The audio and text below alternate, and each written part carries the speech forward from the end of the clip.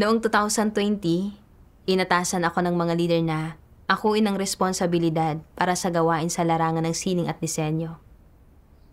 Bilang panimula, nakita kong madalas na sinusubaybayan ng mga leader ang pag-usad ng aking gawain at inaalam nila kung ano ang nangyayari sa gawain ko. Nag-alala ako na may makitang mga pagkukulang sa aking gawain ang mga leader at ako ay kanilang pungusan o tanggalin. Kung kaya, nagtrabaho ako ng lampas sa itinakdang oras para matutunan kung paano gumawa ng mga imahe at mapabuti ang aking profesional na antas.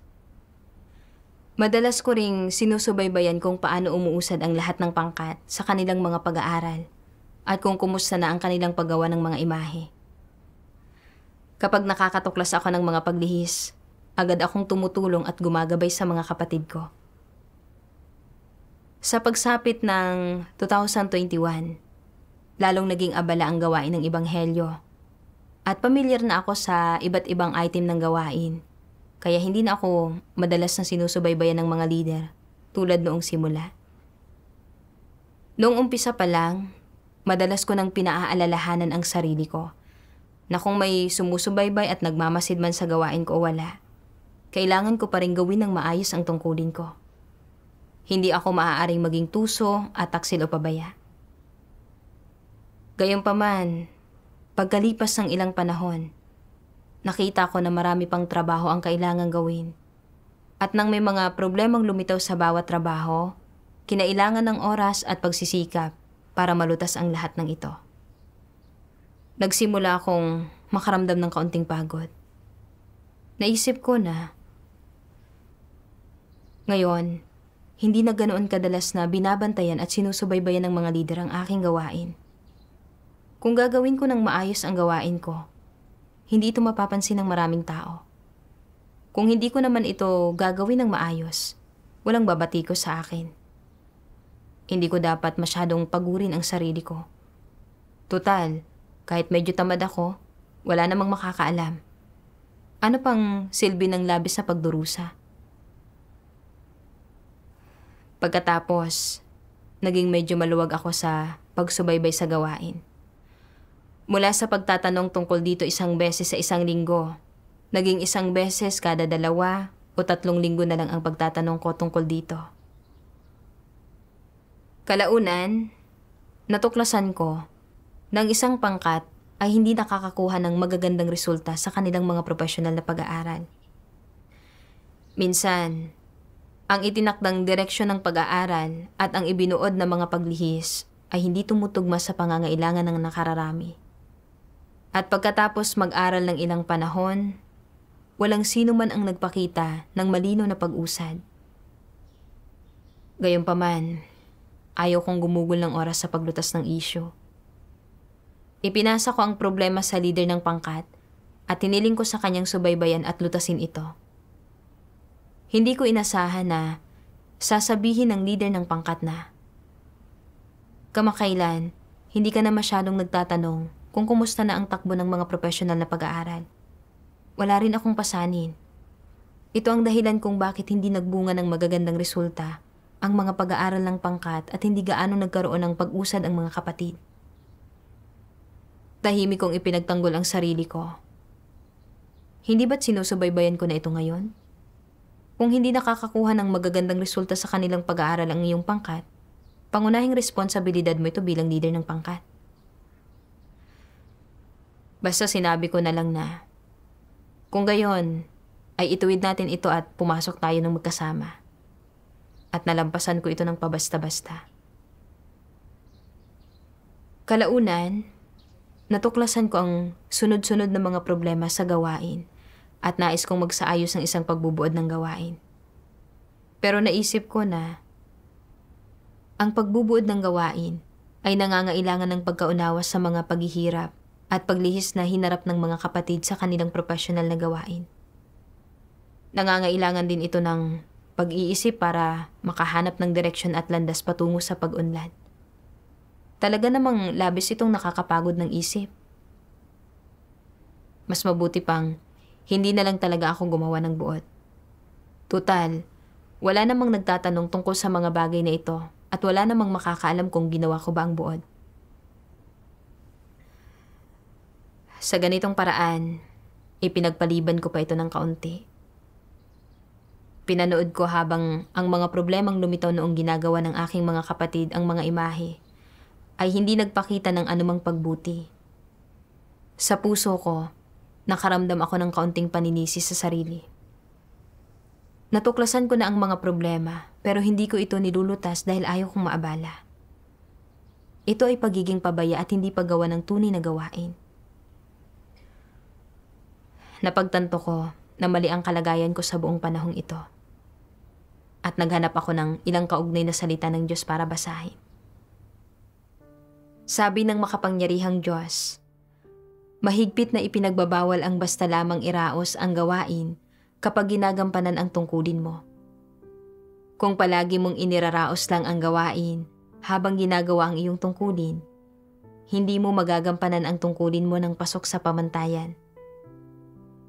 Kung gusto mong gampanan ang tungkulin mo ng may debosyon, dapat mo munang ayusin ang problema mo na iniraraos lang ang tungkulin. Dapat kang gumawa ng mga hakbang para itama ang sitwasyon sa sandaling mapansin mo ito. Kung magulo ang isip mo, hindi kailanman nakakapansin sa mga problema. Palaging iniraraos lang ang gawain at pabasta-basta lang na ginagawa ang mga bagay-bagay. Imposibleng magagawa mo ng maayos ang iyong tungkulin. Kaya, dapat palagi mong isapuso ang tungkulin mo. Ang pagkakataon para sa mga tao na gawin ang kanilang tungkulin ay mahirap dumating. Kapag binibigyan sila ng Diyos ng pagkakataon, ngunit hindi nila ito sinusunggaban, nawawala ang pagkakataong iyon, at kahit nasa kalaunan, naisin nilang makahanap ng ganoong pagkakataon, maaaring hindi na iyon muling dumating. Ang gawain ng Diyos ay hindi naghihintay sa sinuman, at hindi rin naghihintay sa sinuman ang mga pagkakataon para gampanan ang tungkulin ng isang tao. Kakaunti ang mga oportunidad sa ngayon para gumampan sa isang tungkulin, kaya dapat mong sunggaban ang mga iyon kung kaya mo. Kapag naharap ka sa isang tungkulin, doon ka mismo dapat magsumikap. Doon mo dapat ialay ang sarili mo, gugulin ang sarili mo para sa Diyos, at doon mo kinakailangang magbayad ng halaga. Huwag kang maglihim, magkimkim ng anumang mga pakana, magbigay ng anumang palugit, o maghanda ng malulusutan. Kung ikaw ay nagiging maluwag, mapagkalkula utuso, at nagpapakatamad, malamang na hindi maging maganda ang trabaho mo. Ipagpalagay na sabihin mong, walang nakakita na nagiging tuso ako at nagpapakatamad. Ang galing. Anong klaseng pag-iisip ito? Akala mo ba nalinlang mo ang mga tao at pati na ang Diyos? Ngunit sa totoo lang, alam ba ng Diyos kung ano ang nagawa mo o hindi? Alam niya. Sa katunayan, malalaman ng sino mang nakikipag-ugnayan sa iyo sa ilang panahon ang iyong katiwalian at pagiging ubod ng sama, at bagamat hindi nila iyon sasabihin ng tahasan, natatasa ka na nila sa kanilang puso. Marami ng taong nabunyag at naitiwalag dahil napakaraming iba pa ang nakaunawa sa mga ito. Nang makilatis ng lahat ang diwa ng mga ito, inilantad nila ang tunay na pagkatao ng mga taong iyon at pinatalsik ang mga ito. Kaya, hinahangad man nila ang katotohanan o hindi, dapat gawin ng maayos ng mga tao ang kanilang tungkulin sa abot ng kanilang makakaya. Dapat nilang gamitin ang kanilang konsensya sa paggawa ng mga praktikal na bagay. Maaaring mayroon kang mga depekto, ngunit kung kaya mong maging epektibo sa paggampan sa iyong tungkulin, hindi ka ititiwalag. Kung lagi mong iniisip na ayos ka lang, na nakatitiyak kang hindi ka ititiwalag, kung hindi ka pa rin nagninilay o nagsisikap na kilalanin ang iyong sarili at binabaliwala mo ang iyong mga wastong gampanin, kung palagi kang pabasta-basta, kapag talagang nawalan na ng pasensya sa iyo ang mga taong hinirang ng Diyos, ilalantad nila ang iyong tunay na pagkatao at ititiwalag ka. Iyon ay dahil nakilatis ka na ng lahat at nawalan ka na ng dangal at integridad. Kung walang nagtitiwala sa iyo, maaari ka bang pagtiwalaan ng Diyos? Sinisiyasat ng Diyos ang kaibuturan ng puso ng tao. Talagang hindi niya mapagkakatiwalaan ang gayong tao. Ang tinutukoy ng Diyos ay ang mismong kalagayan ko. Sa ganitong paraan ko mismo tinrato ang tungkulin ko. Kapag may nagmamasid, mas nagsusumikap ako. Pero kapag walang nagbabantay sa akin, nagiging tuso at taksil ako at kumikilos ako ng pabasta-basta. Naalala ko noong madalas na sinusubaybayan ng mga lider ang gawain ko. Noon, natatakot ako na kapag hindi ako gumawa ng tunay na gawain, malalaman ito ng mga lider at tatanggalin nila ako. Kaya bilang resulta, ay naging maagap ako sa paggawa ng aking tungkulin. Palagi kong sinusubaybayan ang gawain ng iba't ibang pangkat at madalas kong ginagabayan at tinutulungan ang mga kapatid ko na mapabuti ang mga epekto ng mga ginagawa nilang imahe. Gayunpaman, nang tumigil ang mga lider sa regular na pagsubaybay sa gawain ko, nagsimula akong kumilos ng pabasta-basta. Inisip ko na kahit maging medyo tamad ako, walang makakaalam at hindi mapapahamak ang reputasyon at katayuan ko. Kung kaya, hindi ko pinagtuunan ang pagsubaybay at pagbabantay ng gawain at hindi ko pinagtuunan ang paglutas ng mga tunay na problema.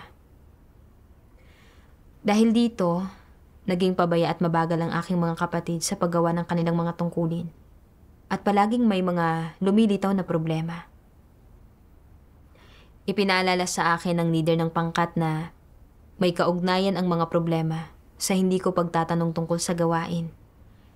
Pero bukod sa hindi ako nagnilay sa aking sarili, ipinasa ko pa ang problema sa kanya at nagreklamo pa ako na naging pabaya siya sa paggawa ng kanyang tungkulin. Talagang wala akong katwiran. Naging tuso at taksil ako sa paggawa ng aking tungkulin.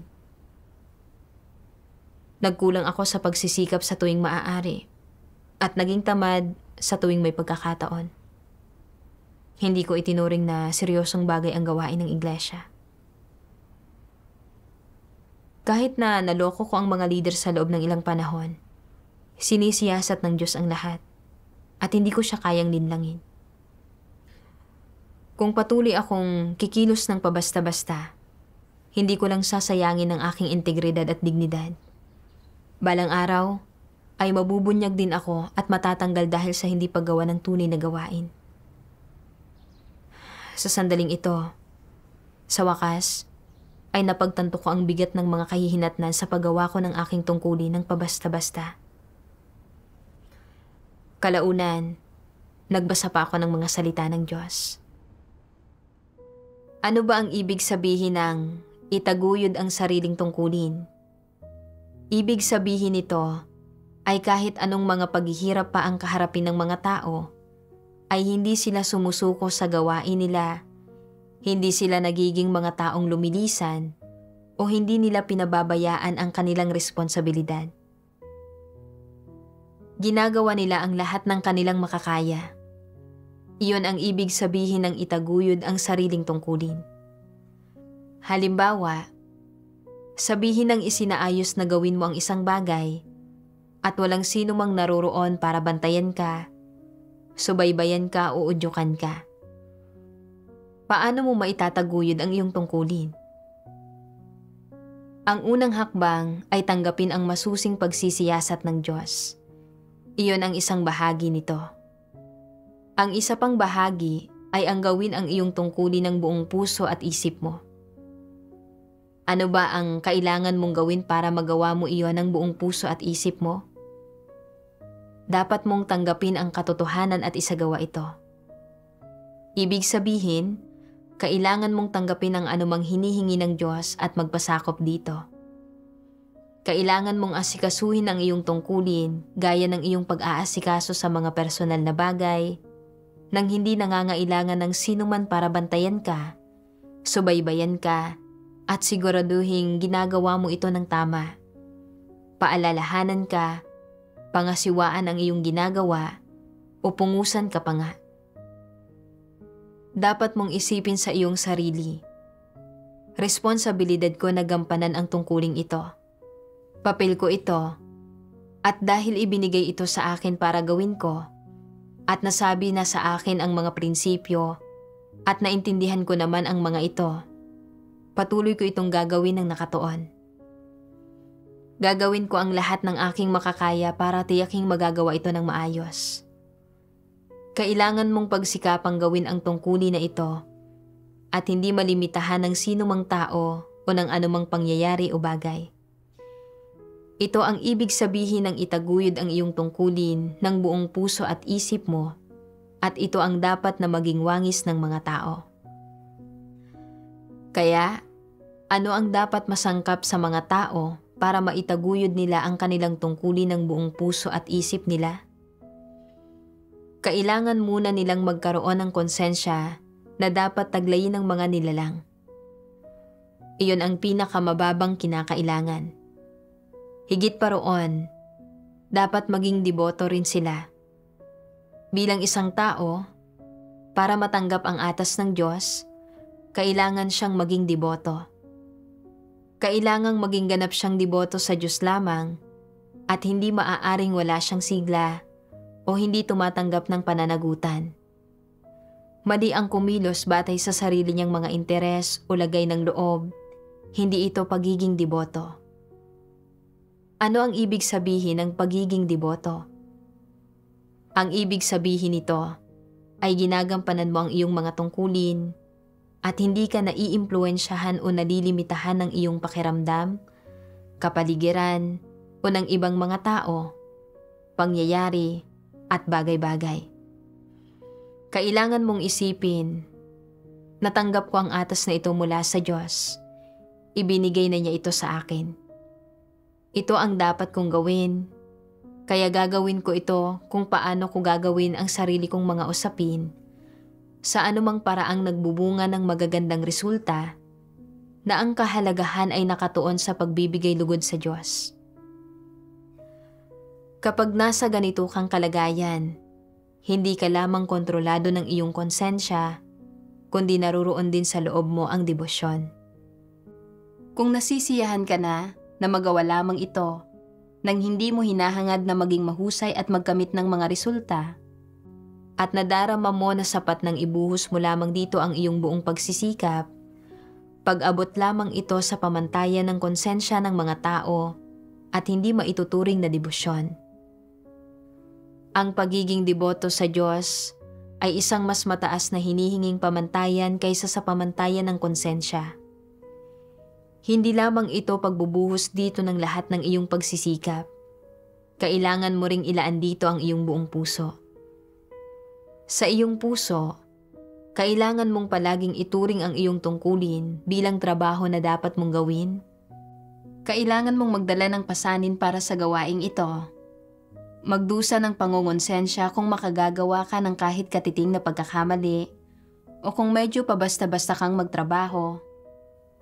At kailangan mong madama na hindi ka maaaring umasal ng ganito dahil ginagawa ka nitong may labis na pagkakautang sa Diyos. Ang mga taong talagang may konsensya at katwiran ay ginagampanan ang kanilang tungkulin na para bang sarili nila itong trabahong gagawin. Mayroon man o walang sino mang nagbabantay o nangangasiwa sa kanila.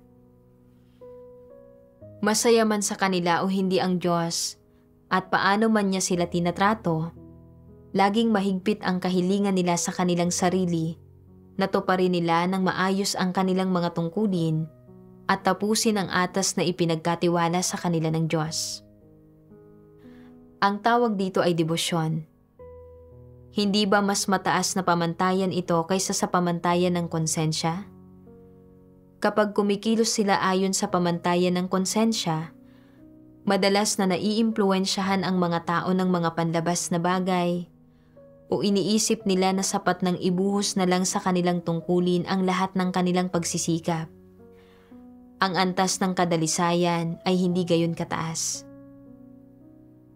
Subalit, Kapag pinag-uusapan ang debosyon at ang magawang itaguyod ang tungkulin ng isang tao ng deboto, ang antas ng kadalisayan ay mas mataas. Hindi iyon tungkol lang sa pagsisikap. Hinihingi nito na ibuhos mo sa iyong tungkulin ang iyong buong puso, isipan at katawan. Upang maayos mong magampanan ang iyong tungkulin, kung minsan ay kailangan mong magtiis ng kaunting pisikal na hirap. Kailangan mong magbayad ng halaga at ilaan ang iyong buong kaisipan sa paggampan sa iyong tungkulin. Ano mang pangyayari ang iyong kaharapin, hindi nakaaapekto ang mga ito sa iyong tungkulin o nakaaantala sa paggampan mo sa iyong tungkulin at nagagawa mong mapalugod ang Diyos. Upang magawa ito, dapat kaya mong magbayad ng halaga. Kailangan mong talikuran ang iyong pamilya ng laman, mga personal na bagay, at pansariling interes. Ang iyong banidad, dangal, mga damdamin, pisikal na kaaliwan, at maging mga bagay tulad ng pinakamasasayang taon ng iyong kabataan, ang iyong pag-aasawa, ang iyong kinabukasan, at ang iyong tadhana ay kailangan mong bitawan at talikuran, at kailangan mong kusang loob na gampanan ng mabuti ang iyong tungkulin. Sa gayon ay makakamit mo ang debosyon at magtataglay ka ng wangis ng tao sa pamamagitan ng pamumuhay ng ganito. Habang pinagninilayan ko ang mga salita ng Diyos, labis akong nahiya. Dati, palagi kong inakala na kaya kong magtiis ng paghihirap at magbayad ng halaga sa paggawa ng aking tungkulin. Ngayon, ibinunyag ako ng sitwasyon at sa wakas ay nakita ko na ang katapatang pinakita ko noon ay isang ilusyon lamang. Ito ay dahil lamang sa may sumusubaybay sa akin at may nagbabantay sa gawain ko. At natatakot ako na kapag hindi ko nagampanan ng maayos ang tungkulin ko, ay mapupungusan ako o baka matanggal pa. Kaya napilitan lamang akong magpakita ng kaunting katapatan para protektahan ang sarili ko. Sa sandaling wala nang sumusuri o sumusubaybay sa gawain ko, nagsimula akong maging pabaya, tuso at taksil. Ang mga may tunay na katapatan sa kanilang tungkulin ay itinuturing ang tungkulin nila bilang kanilang sariling responsibilidad at tinatanggap nila ang pagsisiyasat ng Diyos habang ginagampanan ang kanilang tungkulin. Paano man magbago ang sitwasyon sa kapaligiran, o kung mayroon ba o walang mga taong nagbabantay at sumusubaybay sa kanilang gawain, kaya nilang laging ilaan ang kanilang puso at kaluluwa para magampanan ng maayos ang gawain. Bagamat hindi na madalas sinusubaybayan ng mga lider ang gawain ko ngayon, ang sitwasyong ito ay isang pagsubok para sa akin. Hindi ako maaaring magpatuloy sa pagiging pabaya. Dapat kong tanggapin ang pagsisiyasat ng Diyos, tuparin ang sarili kong mga responsibilidad at tunay na akuin ang gawain ito. Naisip ko kung paanong may ilang problema sa lahat ng pangkat at hindi malino ang pag-usad ng mga kapatid. Kinailangan kong agad na ayusin para maibuod ng lahat ang mga paglihis at matalakay ang mga tamang landas sa pagsasagawa. Sa ganitong paraan, mapapabuti ang professional na antas ng mga kapatid ko at doon lamang nila makakamtan ang mas magagandang resulta sa paggawa ng kanilang mga tungkulin. Kalaunan, naunawaan ko ang mga tunay na paghihirap ng mga lider ng pangkat at ibinuod ko ang nakita kong mga problema. Nakatagpo rin ako ng ilang kapatid na may karanasan na lalahok sa pagbubuod at tatalakay sa mga landas para malutas ang mga problema. Sinabi ng lahat na napakahusay ng pagbubuod sa ganitong paraan at marami silang nakamit mula rito. Kalaunan, agad kong sinubaybayan at tinutukan ang gawain ng bawat pangkat. Kapag nakakita ako ng mga paglihis, agad kong itinatama ang mga ito. Medyo bumuti ang mga resulta ng gawain kaysa dati. Inakala ko noong una na ang saloobin ko sa aking tungkulin ay medyo nagbago na. Pero dahil ang tiwaling disposisyon ko ay may napakalalim na ugat, makalipas ang ilang panahon, nagsimula na naman akong mamuhay sa pabayang kalagayan. Noong Setyembre 2021, isinaayos ng iglesia na maging supervisor ako ng gawain ng pagdidilig. Noong panahong iyon, nagpasya ako na gagampanan ko ng maayos ang tungkuling ito. Kaya nagsikap akong maging pamilyar at maunawaan ang mga detalye ng gawain at pinag-aralan ko ang mga kaugnay na prinsipyo. Madalas ay gabing-gabi na ako natutulog. Dahil hindi ko pa kailanman naranasang maging responsable sa ganitong gawain noon, may mga gampanin pa ring hindi ko lubos na naaarok kahit ilang araw na akong pamilyar sa mga ito. Nakaramdam ako ng matinding pressure. Nag-aalala ako na kung malalaman ng leader ang tungkol sa gawain, ay hindi ako makakapagbigay ng anumang kasagutan. Ano kaya ang iisipin niya tungkol sa akin? Iisipin ba niya na hindi ko kayang gampanan ng maayos ang trabahong ito? Nang maisip ko ito, lalo pa akong nagsikap na maging pamilyar sa gawain at sangkapan ang sarili ko ng mga prinsipyo. Nang malaman ng leader ang tungkol sa gawain, alam niyang kakaumpisa ko pa lang sa trabahong ito, kaya hinikayat niya lang akong maging pamilyar sa iba't ibang item ng gawain sa lalong madaling panahon. At hindi man lang niya ako binatikos. Nakaramdam ako ng labis na kapanatagan na para bang nawala sa puso ko ang isang mabigat na pasanin. Naisip ko na hindi naman masyadong mabibigat ang hinihingi sa akin ng leader.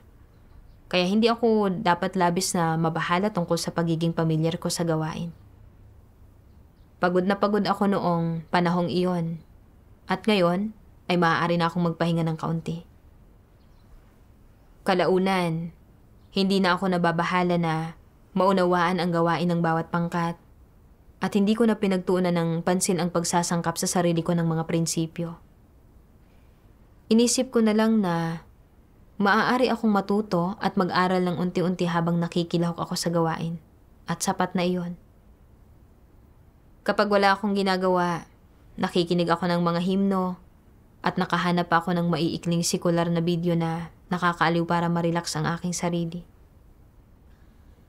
Kalaunan, isa-isang nalaman ng leader na maraming leader ng pangkat na nasa ilalim ng aking responsibilidad ang hindi gumagawa ng tunay na gawain at nakakaantala ito sa gawain ng iglesia. Sa aking pagkabigla, hindi ko man lang nalaman ang mga problemang ito. Hindi maganda ang mga resulta ng gawain sa panahong iyon. Pero hindi ko maingat na isinaalang-alang kung saan nagmumula ang mga problema. At hindi ko hinanap ang opinyon ng mga kapatid. Ang ibig sabihin nito ay nananatiling hindi nalulutas ang mga problema sa mahabang panahon. Hindi nagtagal, itinalaga ako sa ibang tungkulin dahil mula simula hanggang wakas, hindi ko kailanman nagampanan ang trabaho ng isang supervisor. Noong panahong iyon, pakiramdam ko ay para bang hinukay ang laman ng puso ko. Balisa ako at hindi mapalagay. Bagamat sinabi sa akin ng leader na tinanggal lamang ako dahil wala akong kakayahan para sa trabahong ito. Alam ko sa puso ko na sa nakalipas ng ilang buwan, naging pabaya ako sa paggawa ng aking tungkulin at halos wala akong ginawang tunay na gawain. Talagang nararapat akong tanggalin. Nang maisip ko ito, nakaramdam ako ng hindi maipaliwanag na pagkabagabag sa aking puso. Binasa ko ang mga salitang ito ng Diyos. Lubhang mahalaga kung paano mo dapat ituring ang mga atas ng Diyos. Isa itong napakaseryosong bagay. Kung hindi mo kayang tapusin ang ipinagkatiwala ng Diyos sa iyo, hindi ka angkop na mamuhay sa kanyang presensya at dapat mong tanggapin ang iyong kaparusahan. Ganap na likas at may katwiran na tapusin ng mga tao ang mga atas na ipinagkakatiwala ng Diyos sa kanila. Ito ang pinakamataas na responsibilidad ng tao at kasing halaga nito ang kanyang mismong buhay. Kung kaswal mo lang na tinatrato ang mga atas ng Diyos, ito ay isang napakalubhang pagkakanulo sa Diyos. Dito, mas kasuklam-suklam ka kaysa kay Judas at dapat kang sumpain. Dapat mata mo ng mga tao ang lubos na pagkaunawa sa kung paano tatratuhin ang mga atas ng Diyos at kahit papaano, dapat nilang maunawaan. Ang pagkakatiwala ng Diyos sa tao ng mga atas ay ang kanyang pagtataas sa tao, ang kanyang espesyal na pagpapakita ng biyaya sa tao. Ito ang pinakamaluwalhati sa lahat ng bagay at ang lahat ng iba pang bagay ay maaaring abandonahin, maging ang sariling buhay ng isang tao, pero dapat makumpleto ang mga atas ng Diyos. Habang pinagninilayan ko ang mga salita ng Diyos, naramdaman ko na harap-harapan akong isinisiwalat ng Diyos. Sa partikular, nang mabasa kong sinabi ng Diyos na hindi ka angkop na mamuhay sa kanyang presensya at dapat mong tanggapin ang iyong kaparusahan. Isang napakalubhang pagkakanulo sa Diyos at dapat kang sumpain. Ang mga salitang ito ay tumagos sa puso ko tulad ng isang matalim na kutsilyo. Labis akong nabagabag at napuno ng paninisi sa sarili. Napagtanto ko na isinaayos ng iglesia na maging isang supervisor ako para mabigyan ako ng pagkakataon na magsanay. Responsibilidad ko rin ito. Dapat ay nagpakita ako ng pagsasaalang-alang sa mga layunin ng Diyos. Nag-alay ng buong lakas ko at nagbayad ng anumang halaga para magampanan ng maayos ang tungkuling ito. Gayunpaman, tinrato ko ang tungkulin ko ng walang galang. Para maiwasan na hindi makasagot sa mga tanong kapag pumupunta ang leader para kumustahin ang gawain at na mapungusan o matanggal bilang resulta, mas nag-ingat ako at nagsikap na maging pamilyar sa iba't ibang item ng gawain. Gayunpaman, kalaunan, nang makita kong hindi masyadong nagtanong ng detalye ang leader, sinamantala ko ang sitwasyon at naging tuso at taksil ako. Hindi ako nabahala na maging pamilyar sa gawain, lalong hindi ko pinagtuunan ang paglutas sa mga tunay na problema. Kapag ginagampanan ko ang tungkulin ko, ako ay mabagal at napipilitan, dahan-dahan at walang pagmamadali, at lubos na nagpapakasasa sa mga kaginhawahan ng laman. Naisip ko si Sister Liusin na responsable rin sa gawain ng pagdidilig. Dati, hindi rin siya kailanman naging responsable sa gawaing ito. Gayunpaman, palagi siyang masigasig at responsable sa paraan ng pagtrato niya sa kanyang tungkulin. Nagtuon siya sa pag-unawa at paglutas ng mga tunay na problema. At pagkatapos ng 2 buwan, nakagawa na siya ng ilang tunay na gawain. Pero 3 buwan ko nang ginagawa ang tungkuling ito at hindi pa rin ako pamilyar sa gawain. Hindi ko man lang matuklasan ang isang mabigat na problema na gaya ng hindi paggawa ng tunay na gawain ng mga lider ng pangkat at pagkaantala ng gawain ng pagdidilig. Isa itong matinding kapabayaan sa aking mga tungkulin. Napakarami ko nang nakain at nainom ng mga salita ng Diyos at natanggap ko ang biyaya ng Diyos nang itaas niya ako para maging isang supervisor. Gayunpaman, sinamantala ko ang anumang pagkakataon para maging tuso at taksil at iniiwasan ko ang paggawa ng tunay na gawain. Nagresulta ito sa pagkaantala at pagkahadlang sa gawain ng iglesia. Dati, nung ako ay isang supervisor, naging tuso, taksil at pabaya ako. Ngayon, ginagawa ko na naman ang parehong bagay. Habang lalo ko itong iniisip, lalo akong nakakaramdam ng paninisi sa sarili at pagkakonsensya. Kaya nagdasal ako sa Diyos. Mahal kong Diyos, hindi ko nagampanan ng maayos ang tungkulin ko at nahadlangan ko ang gawain ng iglesia. Puno ako ng pagsisisi at hindi ko nais na magpatuloy sa ganitong paraan. Mahal kong Diyos, akayin mo ako para matuto ako ng aral mula sa kabiguang ito. Handa akong magsisi. Kalaunan, paulit-ulit kong inisip ang tanong na ito. Bakit ba palagi kong niloloko at nililinlang ang Diyos nang hindi ko mapigilan? Anong disposisyon ang kumukontrol sa akin? Isang beses, sa aking mga devotional, nabasa ko ang mga salitang ito ng Diyos. Kung palagi kang pabasta-basta sa iyong tungkulin, anong uri ng problema ito? Ito ay isang problema na may kinalaman sa iyong pagkatao.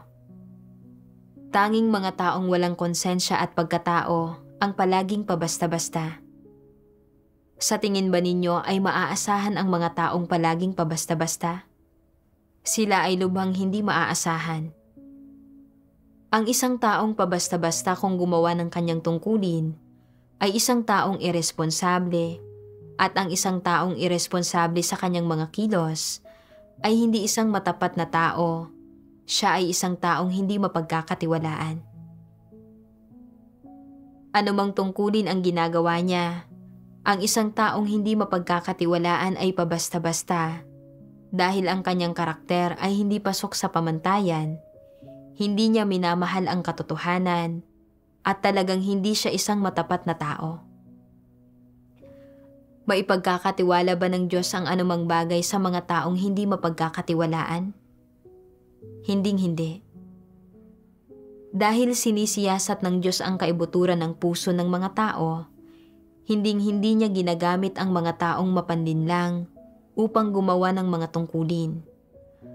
Ang mga tapat lang ang pinagpapala ng Diyos at gumagawa lamang siya sa mga tapat at nagmamahal sa katotohanan. Sa tuwing gumaganap sa tungkulin ang isang mapanlinlang na tao, isa itong pagsasaayos na ginawa ng tao at ito ay pagkakamali ng tao. Ang mga taong mahilig maging pabasta-basta ay walang konsensya o katwiran, mababa ang kanilang pagkatao, hindi sila mapagkakatiwalaan, at sila ay labis na hindi maaasahan. Lahat ng tao ay nabubunyag sa pagganap sa kanilang mga tungkulin. Italaga lang ang isang tao sa isang tungkulin at hindi magtatagal ay mabubunyag kung siya ba ay isang matapat na tao o isang mapanlinlang na tao at kung siya ba ay nagmamahal sa katotohanan o hindi. Iyong mga nagmamahal sa katotohanan ay kayang taos-pusong gampanan ang kanilang mga tungkulin at itaguyod ang gawain ng sambahayan ng Diyos. Iyong mga hindi nagmamahal sa katotohanan ay hindi itinataguyod ang gawain ng sambahayan ng Diyos ni bahagya at iresponsable sila sa pagganap sa kanilang mga tungkulin. Agad itong malinaw sa mga taong may matalas na pangunawa. Walang sino mang hindi maayos ang pagganap sa tungkulin ang nagmamahal sa katotohanan o isang matapat na tao.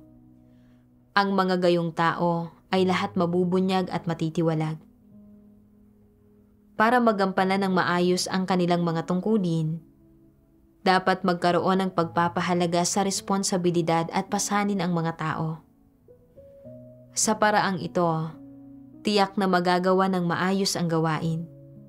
Nakakabahala lang kapag may isang taong walang pagpapahalaga sa pasanin o responsibilidad, kapag kailangan siyang himukin na gawin ang lahat ng bagay, kapag palagi siyang pabasta-basta at sinusubukan niyang ipasa ang sisi sa iba kapag lumilitaw ang mga problema na humahantong sa pagkaantala ng resolusyon ng mga ito.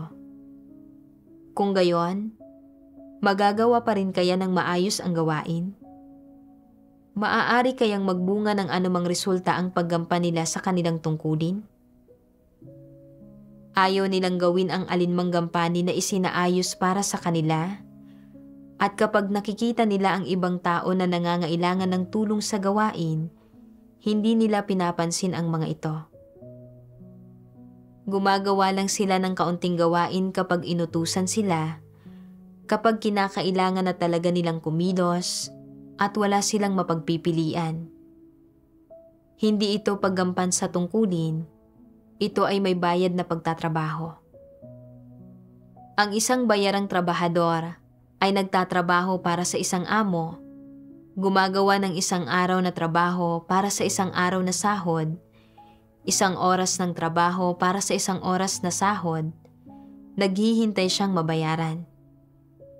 Natatakot siyang gumawa ng anumang trabahong hindi nakikita ng kanyang amo, natatakot siyang hindi magantimpalaan sa anumang ginagawa niya, nagtatrabaho lamang siya bilang pakitang tao, na ang ibig sabihin ay wala siyang debosyon. Naantig ang puso ko ng mga salita ng Diyos. Naunawaan ko na patuloy akong naging tuso at taksil sa paggawa ng aking tungkulin. Ang ugat na sanhi nito ay ang pagiging labis na mapandinlang ng aking disposisyon. Sa tingin ko, ang mga tao na ang alam lang ay kung paano maging subsob at magsikap sa trabaho, at hindi nila alam kung paano isaalang-alang ang kanilang mga sarili, ay masyadong walang muwang at masyadong totoo. Sa kabilang banda, ang mga taong kayang mag-aksaya ng oras sa gitna ng pagiging abala, kayang magpakana at mandaya para linlangin ang iba, sila ang tunay na matatalino. Kung kaya, ginampanan ko ang tungkulin ko sa ganitong paraan. Kapag masugid akong binabantayan at sinusubaybayan ng mga lider, masigasig kong ginagampanan ang tungkulin ko. Gayunpaman, sa sandaling wala nang nagbabantay sa akin, nagsisimula akong magpakasasalaman at hindi ko na nagagampanan ang mga gawaing dapat kong gawin. Ginawa ko ang isang bagay kapag nakatingin ang mga tao, at iba naman kapag nakatalikod na sila sa akin. Nilinlang ko ang lahat ng mga kapatid ko at pinaniwala ko sila na ako ay may dalang malaking pasanin. Ang totoo, lubos akong nagpapakasasa sa mga kaginhawahan ng laman ng hindi nila alam. At hindi talaga ako gumagawa ng anumang tunay na gawain kahit kaunti. Talagang napakatuso ko at mapandinlang. Naisip ko ang mga tao sa mundo na nagpapanggap na kaya nilang tiisin ang paghihirap at buong lakas na nagsusumikap kapag nasa harap ng amo. Pero nagiging tuso at taksil sa sandaling wala na ang amo. Gumagamit sila ng mga pakana para makapandinlang at wala silang konsensya at pagkatao. Para sa kanila, nauuna ang pakinabang. Sa ganitong paraan ko, tinrato ang tungkulin ko. Hindi ko inisip kung paano ko gagampanan ng maayos ang tungkulin ko para matugunan ko ang Diyos. Patuloy kong isinaalang-alang ang sarili kong mga interes. Naging tuso at taksil ako at ginagawa ko lang ang mga trabaho para magmukhang mabuti. Nililinlang at niluloko ko ang iba. Sa mahahalagang trabaho, binaliwala ko ang mga tungkulin ko. Bilang resulta, nahadlangan at naantala ko ang gawain ng iglesia. Hindi ko ginagampanan ang tungkulin ko. Naging isang upahang manggagawa ako, isang trabahador.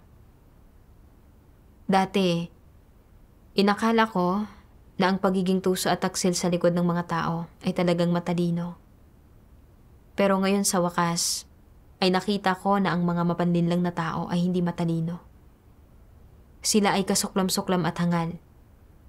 Ang pagsandig sa isang mapandinlang na disposisyon para gawin ang tungkulin ko ay magiging dahilan lamang ng aking masigit na pagiging tuso.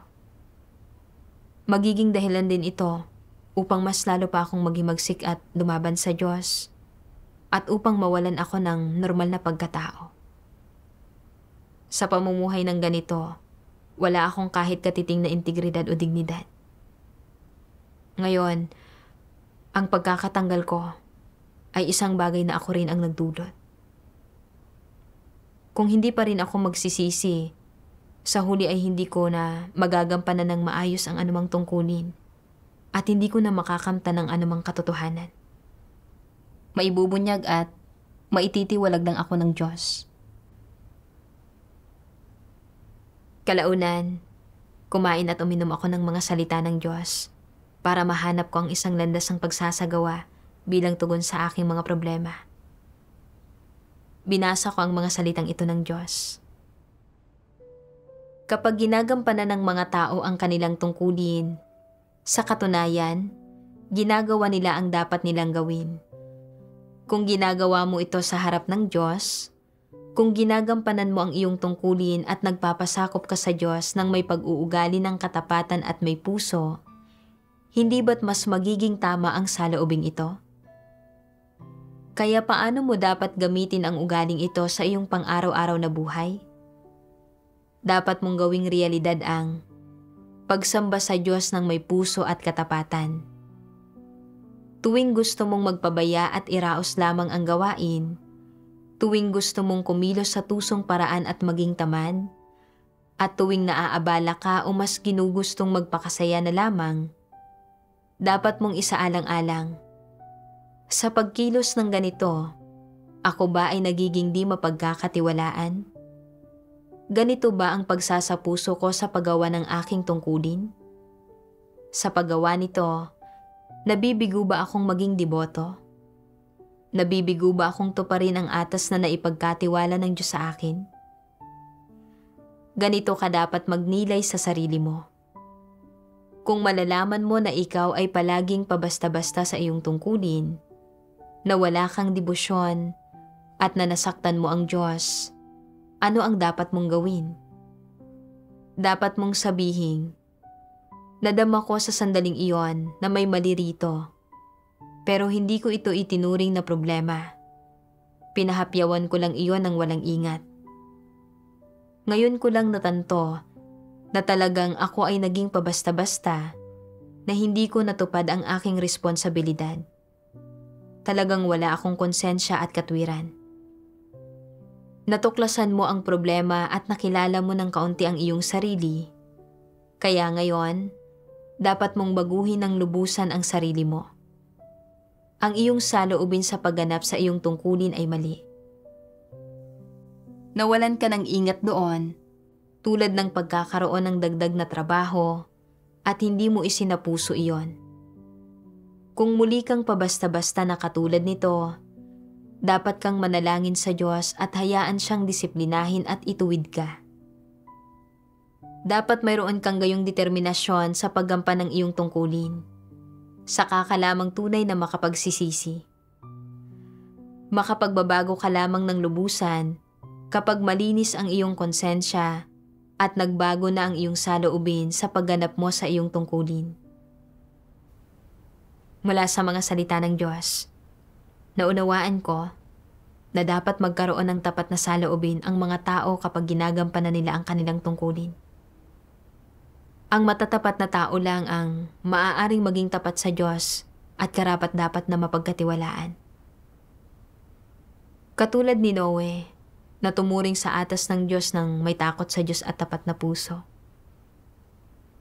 Kahit na siya ay naharap sa maraming paghihirap sa paggawa ng arka at labis na napagod, hindi niya kailanman isinaalang-alang ang sarili niyang mga interes at hindi niya kailanman binilang ang kanyang mga pakinabang at kawalan. Sa halip, inisip niya kung paano tatapusin ng buong puso ang ibinigay na gawain ng Diyos sa lalong madaling panahon. Kahit na walang nagbabantay sa kanya, nagawa pa rin niyang magpakita ng pagsasaalang-alang sa layunin ng Diyos at panghawakan ang kanyang tungkulin sa loob ng 120 taon. Si Noe ay isang taong may tunay na pagkatao. Hindi ko maaaring ikumpara ang sarili ko kay Noe, pero mula sa mga salita ng Diyos at sa mga karanasan ni Noe, naunawaan ko ang isang landas ng pagsasagawa. Mula noon, kinailangan kong gampanan ang tungkulin ko ng may matapat na puso at regular na suriin ang aking sarili kapag ginagampanan ang tungkulin ko. Nang mapagtanto ko na nagiging pabaya ako, kinailangan kong magdasal sa Diyos at sadyang maghimagsik laban sa aking sarili. Hindi alintana kung may nagbabantay o sumusubaybay man sa gawain ko o wala. Kailangan ko pa rin palaging tanggapin ang pagsisiyasat ng Diyos at gampanan ng maayos ang aking tungkulin. Nagdasal din ako sa Diyos. Hiniling ko sa Kanya na ituwid at disiplinahin ako kapag kumilos ako ng pabasta-basta o muling nandaya. Kalaunan, nagdidilig na ako ng mga baguhan sa iglesia.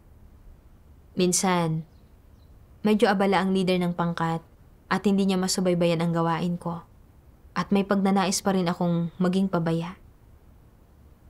Naisip ko, nakakapagod magdilig ng mga baguhan. Hindi ibig sabihin na bawat problema ay kayang lutasin ng ilang salita at tapos na. Kailangan kong magbayad ng malaking halaga. Dahil hindi sinusubaybayan ng leader ng pangkat ang gawain ko, hindi niya malalaman kung medyo tamad ako. Maghahanap lang ako ng ilang oras para magpahinga at hindi na magiging isang malaking issue kung ang mga problema ng mga baguhan ay malulutas pagkalipas ng ilang araw.